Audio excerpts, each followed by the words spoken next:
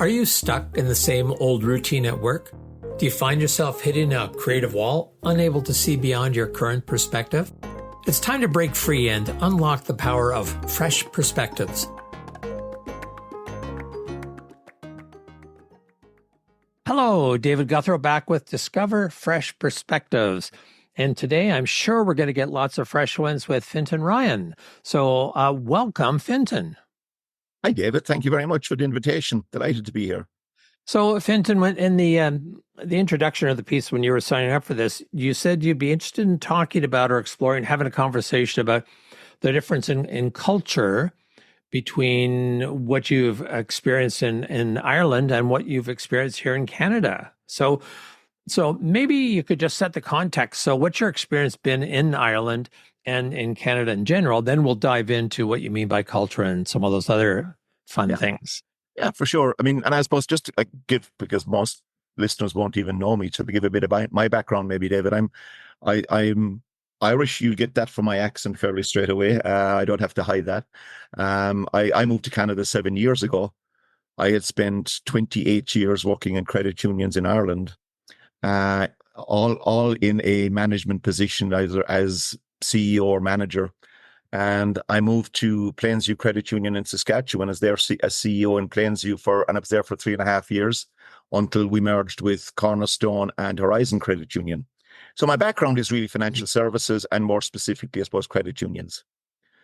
In terms of culture, I suppose there's two elements to culture that I think, one is the organizational culture. We might talk about that in a while. But in terms of the actual, I suppose, day-to-day culture of people in general, there are some fairly significant differences. In Ireland, we would consider ourselves fairly laid back. Canadians are laid back as well, but in quite a different way, in a reserved laid back, I suppose, David, I would call it. The Irish are not so reserved in their laid backness. We're kind of more gregarious and more outgoing in most cases and more open to conversations, which kind of puts me in funny spots when I'm out because I want to talk to someone and they kind of go, why does he want to talk to me? And I just say, I just want the conversation, Meaning here in Canada? Yes. Yeah. Yes. Okay. Yeah. In Ireland, if you walk into, just take a pub in Ireland and you walk in and you sit down at the bar, you won't be sitting down for 2 minutes and someone will be asking you a question and talking to you. What I found here in Canada, if you sit down at a bar and there's someone sitting beside you, you could sit an hour there and no one would talk to you. And I find that difficult. So I finish up actually talking to them, whether they like it or not. And create some funny scenarios. So I remember chatting in a previous conversation about how when I was living in Toronto, where I spent the 45 formative years of my life, you could be on the subway and you could wait a long time before someone would come up and chat with you. However, if I initiated a conversation and it wasn't perceived as being threatening, people were really happy to have that conversation and that connection. It's just so weird. So, we could speculate all over the place on why that might be. Like, is there any evidence that says, in Myers-Briggs that there's a much higher percentage of extroverts in Ireland than there is in Canada? Or what do you think contributes to that? What's historically and maybe even today that explains the difference a little bit? I think that, I said the Irish people are probably more outgoing and therefore they expect a conversation when they're out. I think, in Canada, there's a much more diverse population in Canada than there is in Ireland. In Ireland, and especially up to, let's go back 15 years, in Ireland, the people you met in Ireland were, born, Irish, bred Irish, exactly, and generations and generations, and they could name who lived in the castle down the road for the last 500 years. You don't have that luxury in Canada because it's first, second, or third generation, and in a lot of cases, it's first generation. And I live in Calgary here, and it's very unusual to find a Calgary person whose mother and father were actually born in Calgary. Most of them were born someplace else in Canada and maybe met in Calgary or came to Calgary as a couple. So, and that just, I think it speaks to the nature of the city of Calgary and the growth that has happened there and the growth that's happening there again now. So I'm curious about this. So it sounds like what you're saying, that's a more homogeneous population in Ireland. Yep. and certainly much more diverse in Canada. I always wonder how important the sense of community is, because it seems like I've only been to Ireland a few times, but it seems like there's smaller communities that like here. I think some people define community geographically, and I don't think community is defined geographically. I think it's defined by people who get together and chat. And Yep. and I think in Ireland there's more, and this is probably way off the stereotype, but there's more of a pub culture. Like, hey, let's go Yep. out to the pub. Where there's not the same kind of culture and the same sort of notion in Canada. Yep. When my experience in Ireland, if you go up and talk to someone in a pub, you're talking to someone. It's just you're having a chat, you're having a conversation. In Canada, there's kind of this suspicion. Yeah. Okay, What's he looking for from me? Like, yeah, what's coming out of this? Like, yeah, yeah. yeah, which I think is really sad. Yeah. So, how do you go about, or can you even, sorry, you were going to say No, something. no, I was just going to say, I think part of the culture in Ireland is based around. So we've got Gaelic games, hurling and football, Gaelic football, not soccer. It's our own game. All right. It's a bit like Australian rules, and did you handle the ball, except it's round. And in hurling, it's a bit like lacrosse, except it's with a bat and there's no net in it. It's a really fantastic sport, one of the fastest field sports in the world. Anyway, but those are the two main sports in Ireland for probably 100 years. But they're Okay, based around the parish. So around the you play parish. around the parish. So you play Oh, for your own parish. huh. So it was your. I mean, Ireland was a Catholic country, much less so now. But it was the parish was the basis of the club. So therefore, and there was no transfer market. If you're born there and you worked there, that's where you play. So all the smaller communities had teams, and they actually then it really built community around that, because there was no such thing as, well, I'm going away playing with the club next door because they're better, because you didn't have that opportunity. So it really formed bonds in parishes. And the last parish I was in North Kerry, Kilmiley, which is a parish of about maybe 300 people, and they had a hurling team. Now in Kerry, there's only about 8 hurling clubs, but like their hurling team was so successful, but they barely had 17, 18 players, and you need 15 for a team. But they were so dedicated. Like, you'd guys who were working away, like come home for training. They travel 100 miles to come home for training on a Tuesday and Thursday night and drive back to wherever they were working again. So you had that sense of, it's our parish, it's our community, we need to fight for it. So you had that sense of community, which in other sports you don't have. But So if you were a cultural anthropologist, I'll ask you to speculate here. Is your sense that it was designed that way or it evolved that way? And the reason I ask is if it's evolved that way, it's much tougher to change than if it's actually designed that way. Because it's in the DNA, yeah, right? It's not just this is the way we do things around here. It's much deeper than that. well, I think it's not so much, I would say, that it was designed that way. It became the easiest way to have teams. So the Gaelic Athletics Association was set up in 1884. So it's whatever, 170, 180 years old now. At that stage, the population of Ireland was quite big. So all the rural parishes would have had enough to fill a team. Now, bit by bit over the last few years, parishes have joined and you've got group teams and stuff like that. So it's not all individual parishes, but it's a bit like the credit union system in a way that it's very parochial. And sometimes the smaller one does not want to give away to the bigger. And because suddenly we're losing something. And it's the same. You put that into credit union language and it's the same thing.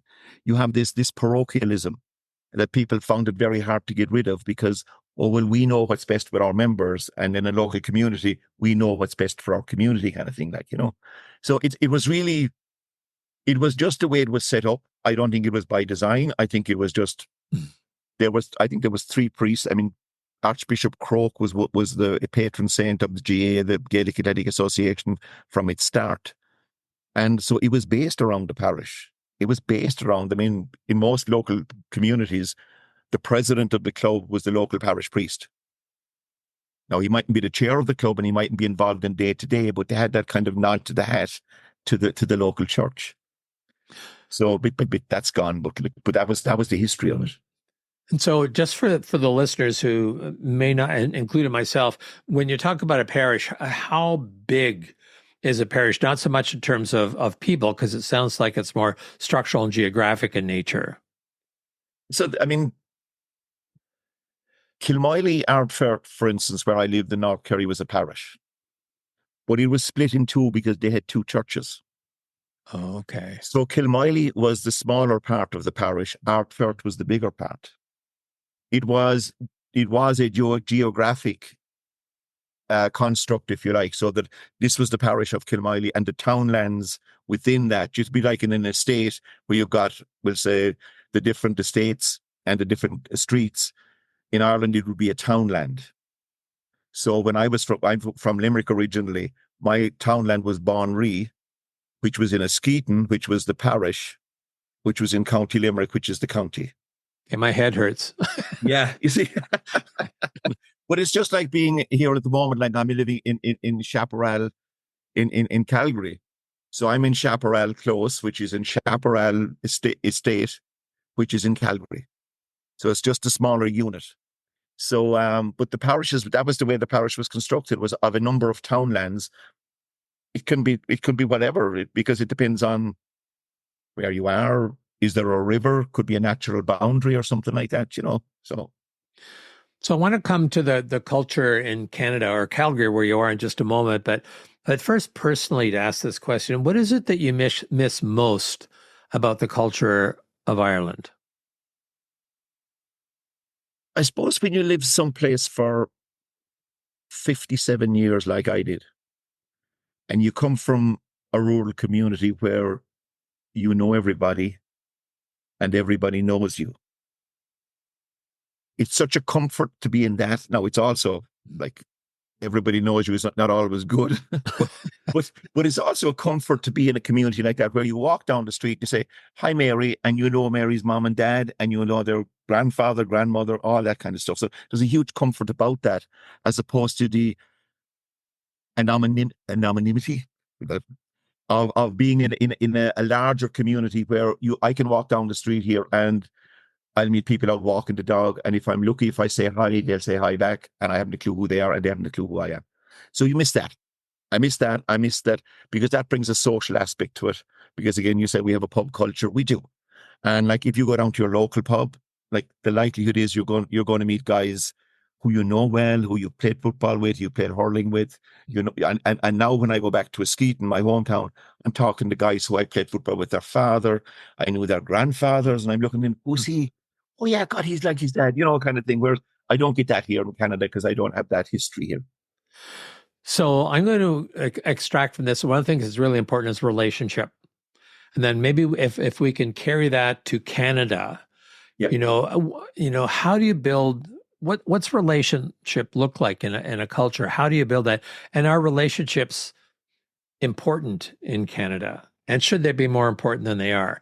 And I have a strong bias, but I won't argue with you, whatever you say. Well, I might. I honestly think, that the family relationships in Canada are probably stronger in some ways because you don't have that outside social aspect. People are more inclined to have the social aspect within the family unit, which in some ways strengthens families.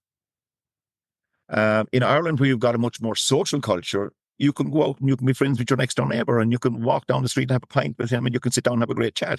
In Canada, where you don't have that option, you're more inclined to stick to your own family because they're the people you know, and they're the people who understand you and your language and whatever, So I do think that there is almost I would say a perverse advantage, but there is an advantage in some way because your family units, I think, are stronger. So, what are some ways? So I'll take that as fact, and also suggest that talk in the credit union system where you hear that relationships are important, and as credit unions grow and things are online, it's harder to form relationships. But what are some different ways that we can form relationships here in Canada, and what would the value be of doing that? And you could talk about it in a neighborhood sense or in a financial sense, because I know I miss it. I crave to, like, when we've had neighbors that we've talked to, it's been amazing. Then we're in an area where you may not see your neighbors, or the houses around you are owned by someone in another country, so you never see anyone, and it's kind of like part of my heart feels ripped out because there aren't those relationships. So, what are some ways that we might go about, and reinvigorating that or reinstating the value of relationships? That's a hard question, David. Because it's very hard to, I know we're not using the word, but impose relationships. It has to be something that you really feel that you have a kinship to and a hold to. I mean, my next door neighbor here, we spent Sunday out with him watching the Super Bowl. And he saved my life during COVID so many times because he had a barrel of beer in his garage and he used to invite me out for a pint during COVID, and we become great friends and really good neighbors to us, so when we're away, we'll give them a shout and they'll let our dog out and sit, and vice versa. We have a great relationship with our neighbors here. But in the wider community, like, I don't know two people in the houses that are, 50, 60 houses around me. I wouldn't know. I'd say I know Anne and Cal, the next house next door, and after that, like, that's it really. I don't know the neighbors down the street. I don't know any of them. Like, how do you generate a neighborship? There has to be something that binds you to that community. Mm-hmm. And it's harder.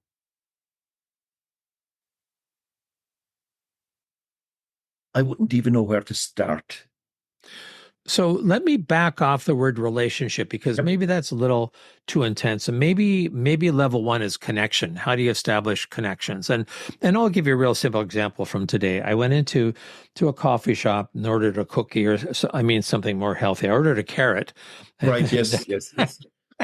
And an avocado. Yeah. Yes, exactly.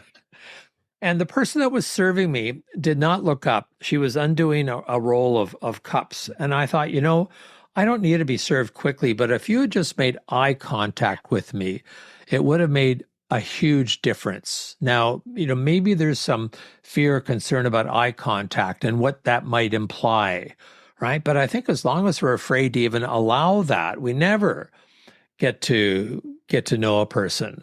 It's funny when you like, when you go into a shop or like that, a coffee shop, and someone serves you, and like, you always get this "have a good day," which to me, like, means nothing.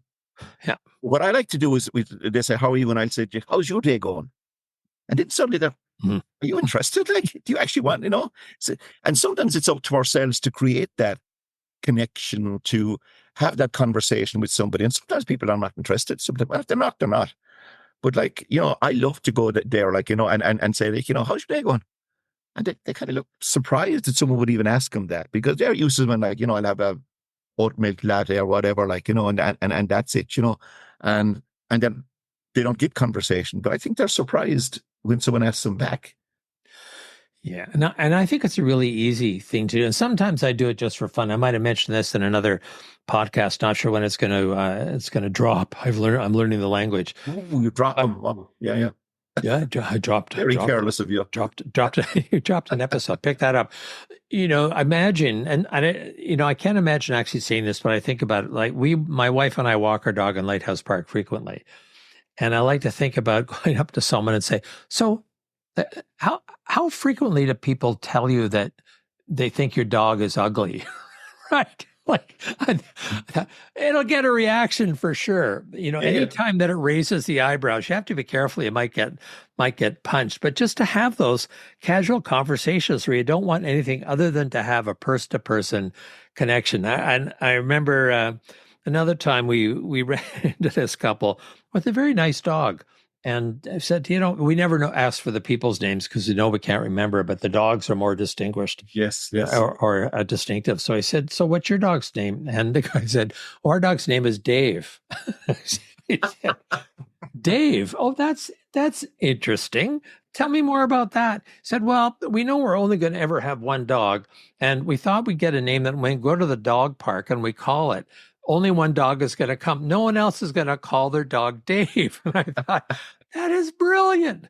But it never would have had that as a story had not made the connection with the person, just said, hello, and how are you doing? I mean, it's very Canadian to talk about the weather, right? Yes. But Yes. that's so simple. But I just, to have those simple connections and talking to someone. My 24-year-old daughter, she'll be 24 later on this month, thinks it's weird when I talk to her friends when they were coming over to visit. Like, you're just intimidating them. I'm just having a conversation based on interest. But there's this whole thing about, we want to keep ourselves all closed up and safe. And I think it's a real tragedy. So much value is lost Yes. in a potential relationship and in our country if people don't talk to people. Yeah. Actually, a funny story about the dog's name there, because so my name Fintan is quite unusual. I mean, even in Ireland, there aren't hundreds of us there. Mm. But there's this video on YouTube where this guy is out walking his dog in Phoenix Park in Dublin, and it has deer running wild, but his dog is called Fintan. And Fintan starts running after the deer, and in the video you can see he's Fintan, and it's Christ, Fintan. And this thing went viral. So one of my first trips to Calgary, I was down it used to be the Oak Tree Tavern. It's not there anymore, but it was where the Irish go on a Sunday afternoon, and there's a music session there, and we've got our own Gaelic Athletic Association here in Calgary, and there was a crowd of them in there, and I didn't know them at all. And I introduced myself to someone. I said, "I saw Fintan," and the next thing was Fintan, Jesus Christ, Fintan. They were all repeating the YouTube video to me. So. Oh, it's so funny. But yeah, I don't think I've ever, other than that, and you're coming across Dave, I've never heard of another dog named Fintan. So, no. So, my belief, and I'd like you to either agree with this or challenge it, whatever works, that, because I know you do a lot of work on corporate culture and setting culture and things like that. It's my belief that culture changes, it gets embedded one relationship at a time. That now, whatever you set up as these are the values and these are the interactions, it's going to either take hold or be considered cynical based on the way people treat each other. And I think that's a one person at a time kind of thing. What do you feel about that? I would kind of disagree with you in a way. Okay. And thank you for being on this call, Fintan. It's been really great having you. Okay, go for it. Challenge. So, because I think that, culture comes from the top. And if the person at the top decides we need to change culture, it's about then being consistent about that change. And not, it is one conversation at a time, but it's consistency with that conversation, and it's consistency with everybody. It's not that I treat David different than I treat John or I treat somebody else, because people see that. And if we say we want our culture around here to be supportive, and, we spoke earlier on about have a culture of accountability and no blame, well, that has to be for everybody. And really that comes from the top, because in culture, and I say this so often, what you tolerate, you get.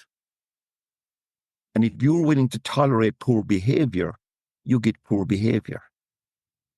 So if I say, for instance, and I'm the CEO, okay, Monday morning, we're going to meet at 9:00. So firstly, if I rock in at 15 minutes past 9, that's gone. Everybody says, well, that doesn't mean anything. Secondly, if I come in there at 5 to 9 and I'm ready, and people are still walking in at 10 past 9 and I don't take any notice, again, it doesn't make any difference. It's when I say, lads, this meeting starts at 9, and anybody who's not here at 9 doesn't join the meeting. And then I start imposing that. Then people say, he's serious. We better be there for 9. And I go to a gym here, and you wouldn't notice it here on the radio now, but I go to a gym here in Calgary, and one of the instructors, he's from Quebec and he's French, and Lawrence, and says, we start at 4:30, not 4:31. You hear 4:31? You do press-ups at the end, or burpees at the end. So everybody is there to start at 4:30. So it's how you impose and how you actually, it's what you're willing to do to support the culture is what makes the difference, I think. So yes, it might be one conversation at a time, but they have to be consistent and they have to be planned. And people have to know what you want, I think, if it's going to work. Yeah, and I'm not going to disagree with you on that, but I would add to it that it's I think culture is really comes to bear when people are under pressure. Yes. Right. So, when there's potential conflict in values, what do you do? Like, in my view, you should never be criticized for making a decision that's consistent with the values. Yeah. Right. In spite of the cost, because then it sets the tone about what really is the value around here. I remember when I was working for Apple many years ago, there was, in order to look good in the eyes of the corporation, you'd be, especially near year end, you'd be shipping. We used to ship equipment that a person couldn't use. So here's the CPU, and oh, there's no monitor. Oh well, just get it on the truck and ship it and bill it, or all these kinds of things. And I remember that the president at the time saying, "We are not going to do that anymore to our dealers. Our dealers are our customers. We're only going to sell them systems that they can sell." And that was all well and good until the last day of the year. Yeah. And then we had the most expensive, well-paid shipping department in the world, because everyone for the president on down was getting equipment onto the truck. So once it's on the truck, it could be billed and all that sort of thing. Yes. So it's what do you do when you're under pressure? Yeah. And I think another one, because I often get in the conversation about, should values be internal or should they be external? And I think it's really interesting to ask customers or clients or members what they think the culture of the organization is based on what they observe, either how people treat each other internally or how they feel treated. And it almost doesn't matter what you say, it's what you do. And that's what the values are. And it's really hard to shift that, right? Yeah. Yeah. And I think, that when I do my culture work, I quote from Maya Angelou, who says, people will forget what you've said. They'll forget what you've done, but they'll never forget how you made them feel. Yes. And that's the nub of it, really, David. Like when you go into some place, like you say, you went into the coffee shop and that person didn't make eye contact with you. And you felt, wow, like, am I just a number here? Am I just a number on the side of a coffee mug? As opposed to, do they actually want me coming in and my business and enjoy it? And I think that's the opportunity we have in whatever organization. Credit unions I deal with, and we're member-based community organizations. We have a huge opportunity to give that feeling to people when they walk in, or when they ring on the phone, or to make sure that our IT systems match what we say, because more and more it's coming through the IT system rather than the bricks and mortar. So how do we make them know that we're different? And we've been very poor at doing that. Like I unfortunately, my mind keeps going back to this person who is undoing the sort of the role of cups, and all the best lines come after it's too late. Like it's sometimes like I'm sending my executive assistant off to get something out of the mental file cabinet, but they move very slowly, and by the time they come back, the conversation's over, sort of things. But I thought, I wish I would have said, you know what, would it be okay if I focus on you and help you take the plastic off, and then you can focus on me? How about that? Yeah. Just to see what would happen. Because I think a lot of people work unconsciously. They don't even realize what they're doing. They're kind of like automatons. Yeah. Right. They figure I'm artificially intelligent.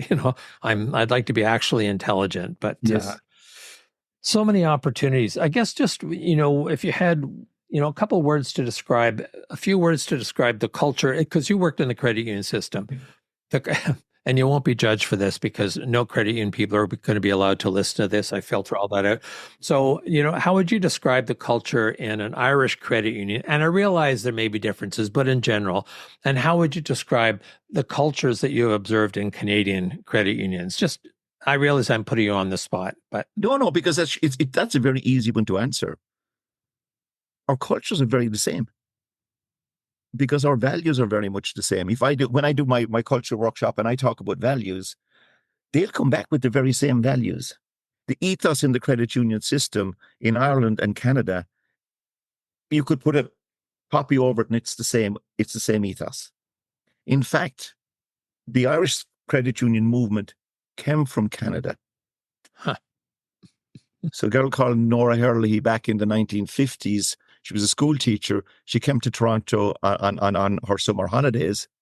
And while she was here, she came across this credit union, and she was because she was involved in the workers' co-ops at home in Ireland, and she was involved in and she could see the amount of, money lending, usury as they call it, that was happening, and how the banks in Ireland and Myrtle White didn't really want the small person. They didn't need that kind of business.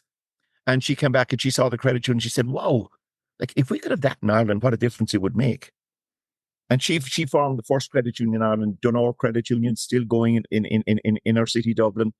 Great little credit union, really, really interested in their community. I know the CEO there, Dave McCauley, and really interested in the community. But that's where it came from. But the ethos has stayed the same. So I would say that from a cultural point of view, the culture is the same. From a services point of view, Canada is more advanced. We've got credit cards, debit cards, commercial mortgages are something that are only just coming into Irish credit unions now, because the regulations and the legislation didn't allow it up to recently.